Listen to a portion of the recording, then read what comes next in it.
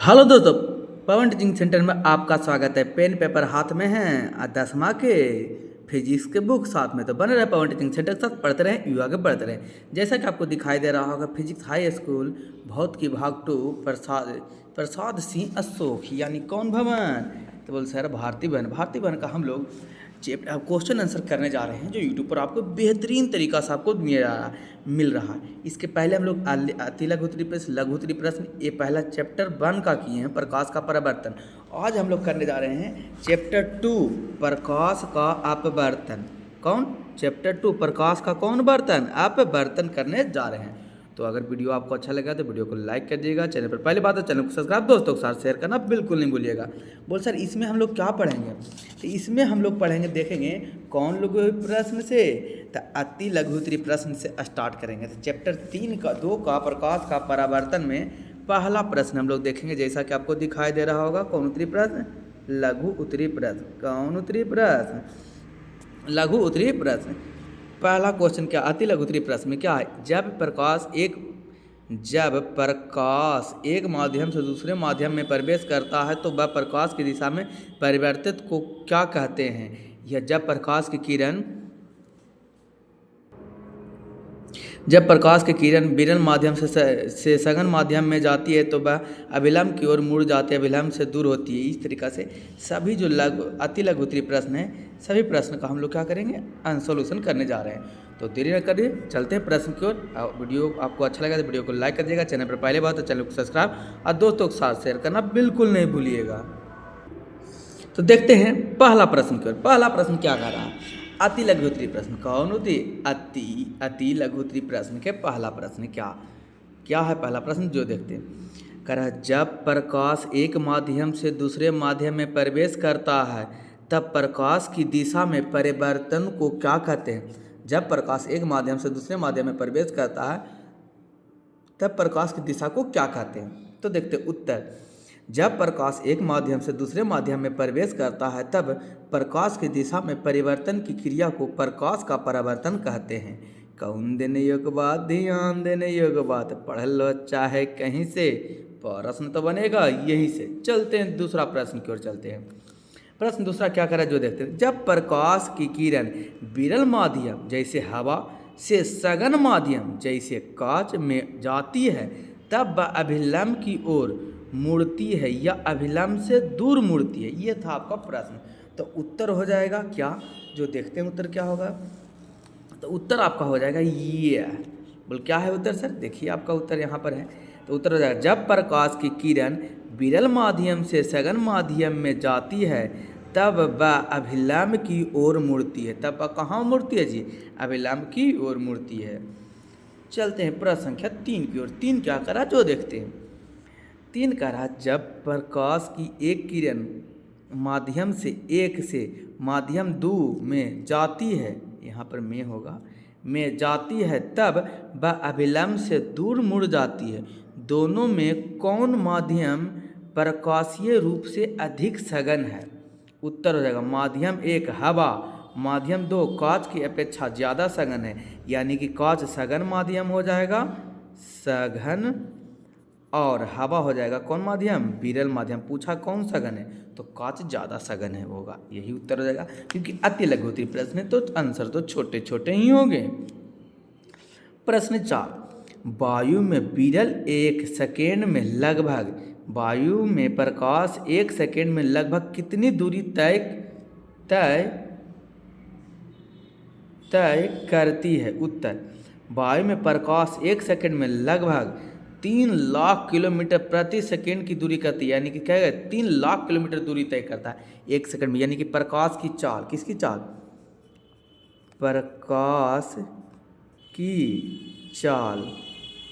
प्रकाश की चाल कितना हो जाएगा? 3 लाख, कै लाख जी? 3 लाख 3 लाख किलोमीटर प्रति सेकेंड, यानी 1 सेकेंड में कै लाख जाएगा? 3 लाख किलोमीटर दूरी तय करेगा कौन? प्रकाश। और वो कौन चीज़ में करेगा? प्रकाश। यानी कि कहने का मतलब कौन चीज़ में करेगा? निर्वात में करेगा उतना चाल। प्रश्न संख्या 5, स्नेल का नियम क्या है? उत्तर, किन्हीं 2 माध्यमों और प्रकाश के किसी विशेष वर्ण रंग के लिए आपतन कोण की ज्या और परावर्तन कोण की ज्या का अनुपात एक नियतांक होता है। आपतन कोण की ज्या यानी कि आपतन कोण एंगल आई और परावर्तन कोण की ज्या एंगल आर का कुछ हो अनुपात हो, यानी कि बटा में एंगल आई बटा एंगल आर भी लिख सकते हो। उसी को क्या कहते हैं, नेल्सन का लॉ, यानी कि क्या कहते हैं, स्नेल का नियम कहते हैं। कौन देने योग्य बात, ध्यान देने योग्य बात। पढ़ल बच्चा है कहीं से प्रश्न तो बनेगा यहीं से, कौन टी सी पीटी सी। दोस्तों यदि आपको वीडियो अच्छा लगा तो वीडियो को लाइक कीजिएगा, चैनल पर पहली बात तो चैनल को सब्सक्राइब और दोस्तों के साथ शेयर करना बिल्कुल नहीं भूलिएगा। प्रश्न संख्या 6, अपवर्तनांक की परिभाषा दें। किसकी परिभाषा, अपवर्तनांक की परिभाषा। उत्तर, किसी माध्यम की प्रकाश की किरण की दिशा को बदलने की क्षमता को उसका अपवर्तनांक कहते हैं। किसी माध्यम में प्रकाश की किरण की दिशा को बदलने की क्षमता को क्या कहते हैं, उसका अपवर्तन कहते हैं। कौन देने योग्य बात, ध्यान देने योग्य बात। यानी कि कोई माध्यम है, देखिए इधर विरल माध्यम है, सघन माध्यम, प्रकाश ऐसे जा रहा, यहाँ इस दिशा को चेंज कर ले, यानी कि जाना तो चाहिए था इसको सीधे, लेकिन इस दिशा को क्या कर लिया, बदल दिया। इसी को क्या कहते हैं, अपवर्तनांक। ये लिखा, किसी माध्यम में प्रकाश की किरण दिशा को बदलने की क्षमता को, यानी बदला गया ही क्षमता इसका, कांच का जो भी माध्यम है क्षमता का है उसके अपवर्तनांक है। इसी को बदलने की क्रिया को क्या कहते हैं, अपवर्तनांक कहते हैं। प्रश्न संख्या 7 की ओर चलते हैं। क्या कह रहा, प्रश्न संख्या 7 करा, किस माध्यम का अपवर्तनांक अधिक होता है, सघन माध्यम या विरल माध्यम।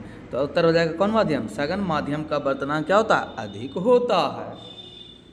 प्रश्न संख्या कितना, 8 क्या करा, पानी का अपवर्तनांक 1.33 है, इस कथन का क्या तात्पर्य है। यानी उत्तर, पानी में प्रकाश का चाल शून्य, यानी कि वायु में प्रकाश की चाल का 1/1.3 अथवा यानी 3/4 गुना होगी, इसका यही तात्पर्य है।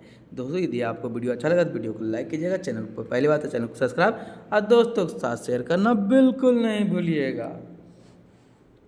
अगला प्रश्न क्या करा जो देखते हैं। प्रश्न संख्या 9 करा, पार्श्विक विस्थापन से आप क्या समझते हैं। कौन विस्थापन, पार्श्विक विस्थापन से आप क्या समझते हैं। उत्तर हो जाएगा, कांच की सिल्ली से प्रकाश के परावर्तन में आपतित किरण और निर्गत किरण की लंबवत दूरी को पार्श्विक विस्थापन कहते हैं। कौन देने योग्य बात, ध्यान देने योग्य बात। बोल सर निर्गत किरण कौची होता है, जो हमको बता दीजिए।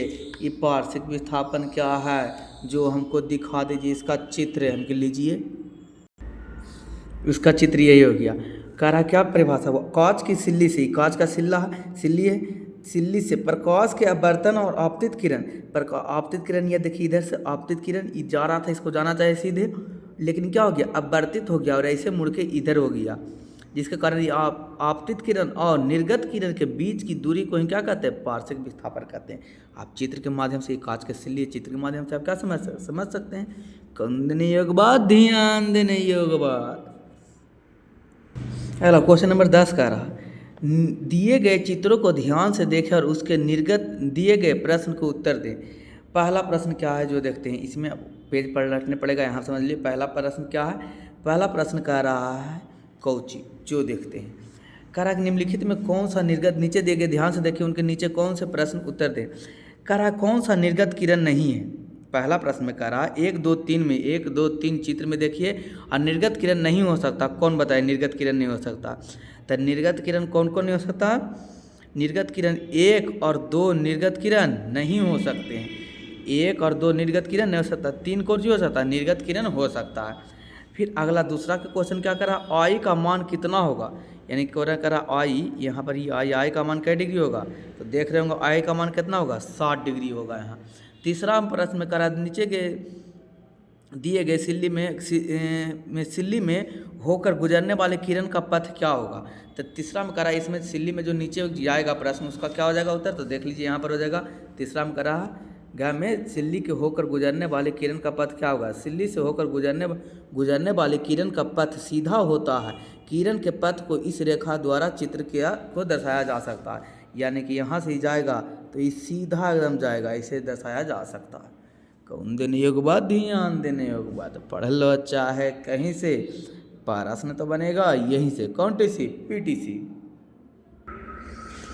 अगला प्रश्न कर रहा है कि लेंस कितने प्रकार के होते हैं। लो ये भी पूछने का है, लेंस कै प्रकार के उत्तर में, तो लेंस 2 प्रकार के होते हैं। चित्र भी बना के दिखा दें, इसलिए जगह छूटा हुआ था। आप 2 जानते हैं, अवतल लेंस और उत्तल लेंस। अवतल कैसे होता है, उत्तल यानी उठा हुआ भाग रहता है, इसलिए कौन लेंस है, उत्तल लेंस। ये उठा हुआ भाग ये कौन लेंस कहलाता है, उत्तल लेंस। और अवतल लेंस कैसे होता है, ये लेंस है उठा हुआ भाग। अरे एक होता है कुछ बात धंसा हुआ भाग, ये होता है इस तरीका से, ये होता है अवतल लेंस। तो लेंस कै प्रकार के, 2 उत्तल और अवतल लेंस। प्रश्न संख्या 12 कह रहा लेंस के मुख्य अक्ष की परिभाषा दे। उत्तर हो जाएगा, क्या होगा उत्तर सर, किसी लेंस का मुख्य अक्ष उसकी सतह के वक्रता केंद्र के मिलाने वाली रेखा होती है। उसकी वक्रता केंद्र के सतह को मिलाने वाली रेखा होती है।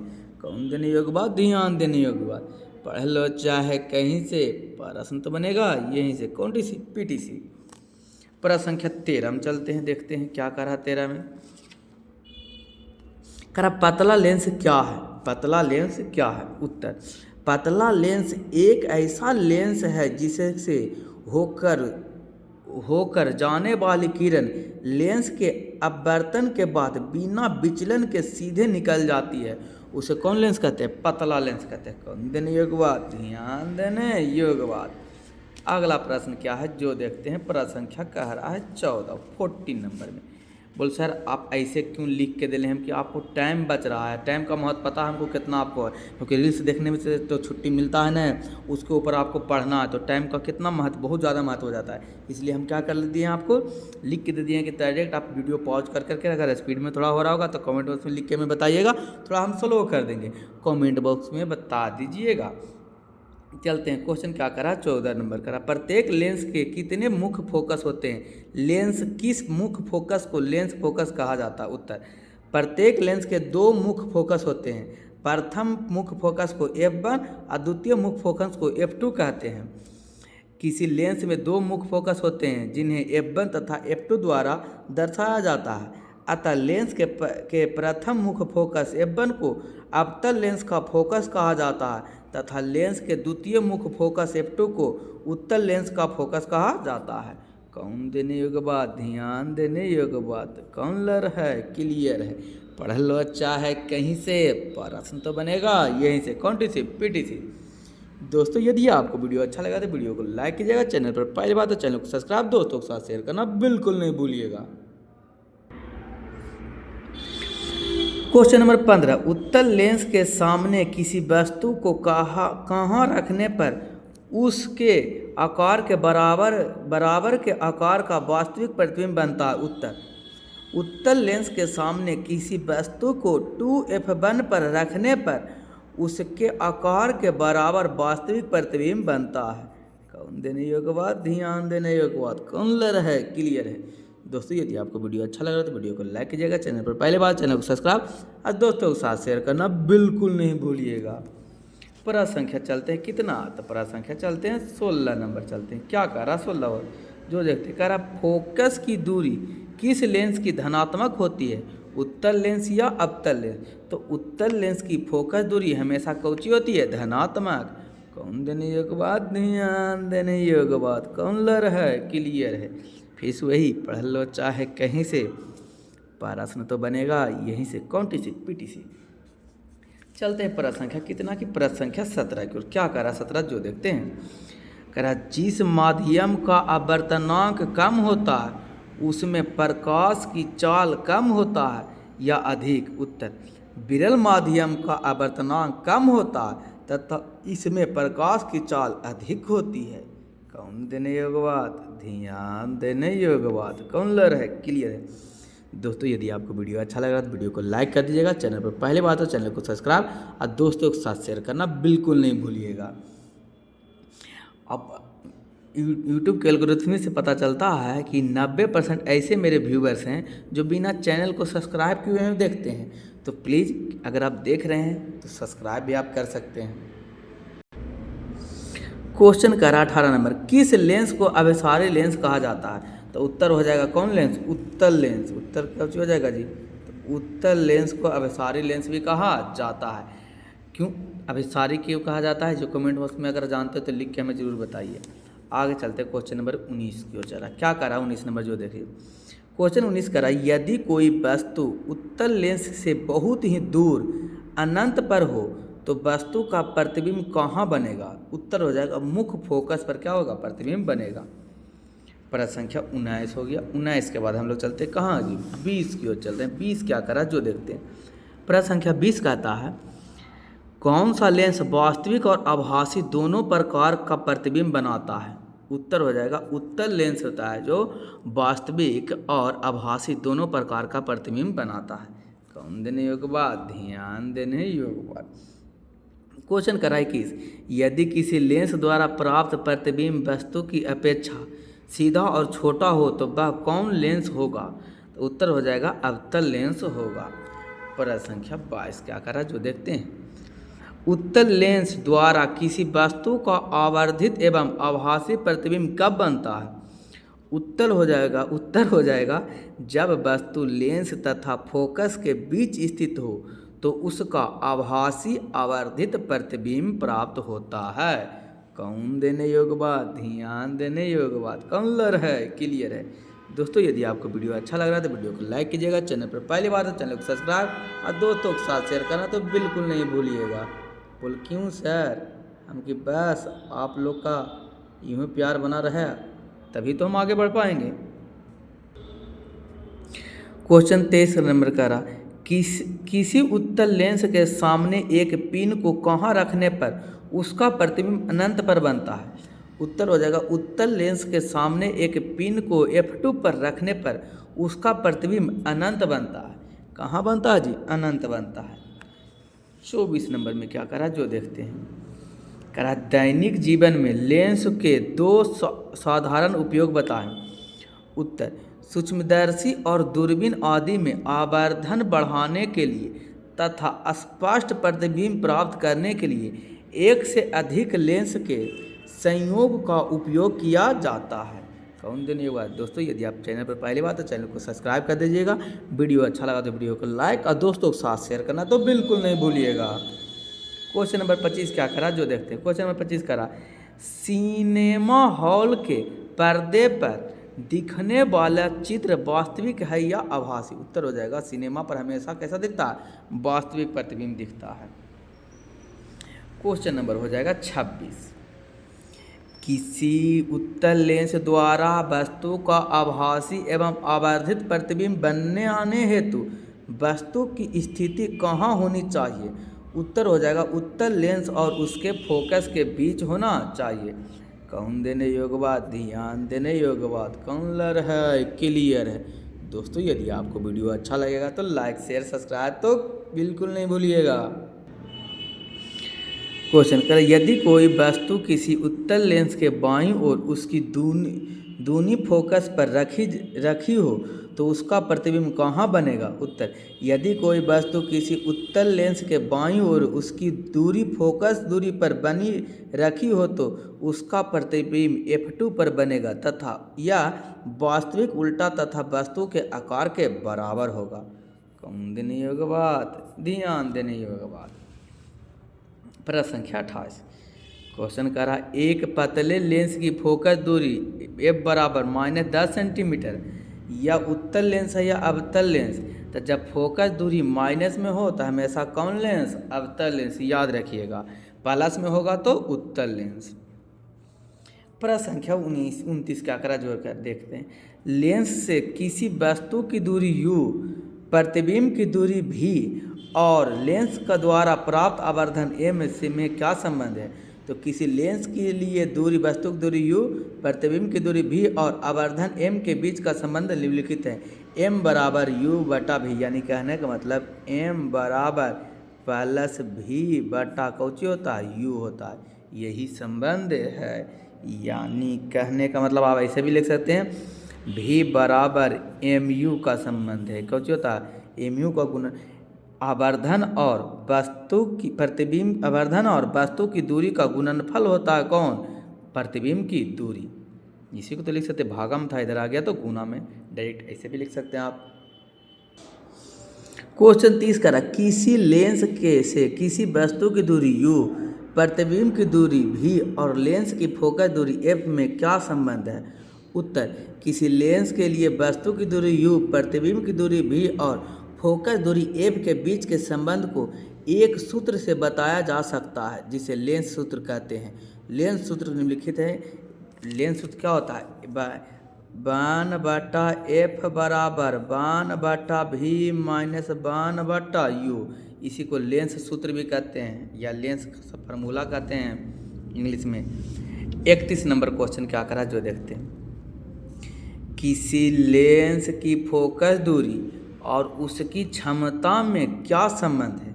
तो उत्तर हो जाएगा, किसी लेंस की क्षमता P उसकी फोकस दूरी f के व्युत्क्रम से मापी जाती है, अथवा P बराबर क्या हो जाएगा? पावर हो जाएगा किसका? 1/f के। कौन देने योग्य बात? ध्यान देने योग्य बात। कौन क्वेश्चन? Question number 32। क्वेश्चन करा लेंस की क्षमता का SI मात्रक क्या है? उत्तर हो जाएगा, लेंस की क्षमता का SI मात्रक मीटर, ऐसे होता है मीटर माइनस m प्रति मीटर होता है, जिसे डायोप्टर भी कहा जाता है। बोलचाल की भाषा में क्या कहते हैं? प्रचलित भाषा है डायोप्टर लेंस का। अगला क्वेश्चन करा क्वेश्चन नंबर 33। किसी अब वस्तु के चश्मे में लगे लेंस की क्षमता +1.5D है तो लेंस उत्तल होगा या अवतल? उत्तर में हो जाएगा उत्तल लेंस होगा यह। क्वेश्चन नंबर 34 में कह रहा, किसी अब उत्तल लेंस का आधा भाग वाले कागज से ढक दिया जाए, क्या यह लेंस किसी वस्तु बिंब का पूरा प्रतिबिंब बना सकेगा? उत्तर, हाँ, लेकिन उसकी तीव्रता घट जाएगी क्योंकि किरण की संख्या कम हो जाएगी। कौन देने योग्य बात? ध्यान देने योग्य बात। क्वेश्चन नंबर 35 क्या कह रहा जो देखते हैं। लेंस प्रतिबिंब कैसा बनाता है? तो उत्तर, लेंस प्रकाश के अपवर्तन द्वारा प्रतिबिंब बनाता है। लेंस प्रतिबिंब कैसे बनाता है? तो लेंस प्रकाश के अपवर्तन द्वारा प्रतिबिंब बनाता है। 36 में क्या करा जो देखते हैं। कह रहा है कि किसी लेंस की क्षमता 1 डायोप्टर है, इसे परिभाषित करें। उत्तर, एक डायोप्टर उस लेंस की क्षमता है जिसकी फोकस दूरी 1 मीटर हो, यानी कि एक डायमीटर बराबर कुछ होता है 1 मीटर। ये क्वेश्चन में क्या था? 36 था।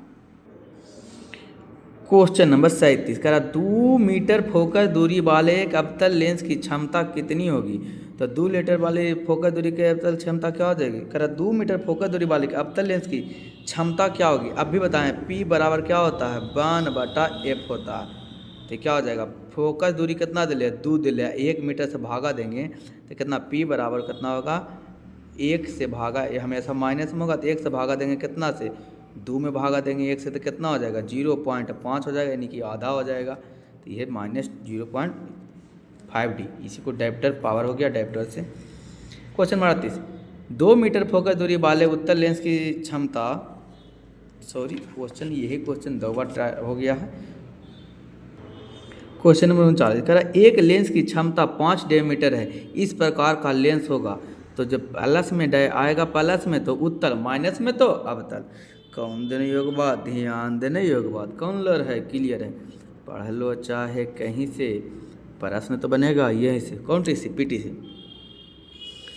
दोस्तों यदि आपको वीडियो अच्छा लगा तो वीडियो को लाइक कीजिएगा, चैनल पर पहली बात तो चैनल को सब्सक्राइब कीजिएगा, दोस्तों के साथ शेयर करना बिल्कुल नहीं भूलिएगा। सब्सक्राइब करने में कोई टाइम नहीं लगता, लाल बटन में उस पर क्लिक कीजिए, सब्सक्राइब हो जाएगा आपका। अंत में आपको यही कहूँगा, छोटे को प्यार दे, बड़े को सम्मान करें, अपना व्यक्तित्व इस तरीके से कायम रखें कि आपके साथ रह रही स्त्री भी सुरक्षित महसूस कर सके। अंत तक आपका वीडियो देखने के लिए धन्यवाद। बने रहें पवन टीचिंग सेंटर के साथ, पढ़ते रहें, यू आगे बढ़ते रहें। इसका पार्ट 2 आएगा, उसमें कुछ रहेगा लघु उत्तरीय प्रश्न रहेगा, उसके बाद दीर्घ उत्तरीय प्रश्न रहेगा। वीडियो बहुत बड़ा हो जाएगा, इसलिए छोटे छोटे में आपको बनाने में भी क्या हो जाएगा? आसान होगा। एक बार हम अलग से भी इसका पूरा एक ही साथ लघु लघु उत्तरीय और दीर्घ उत्तरीय प्रश्न का सॉल्यूशन कर देंगे, उसका भी वीडियो अलग से हम सेपरेट बना देंगे। दोस्तों यदि आपको अच्छा लगेगा तो जरूर लाइक शेयर सब्सक्राइब कीजिएगा। अंत तक आपको वीडियो देखने के लिए धन्यवाद। बने रहे पवन टीचिंग सेंटर के साथ, पढ़ते रहे, यूँ आगे बढ़ते रहें।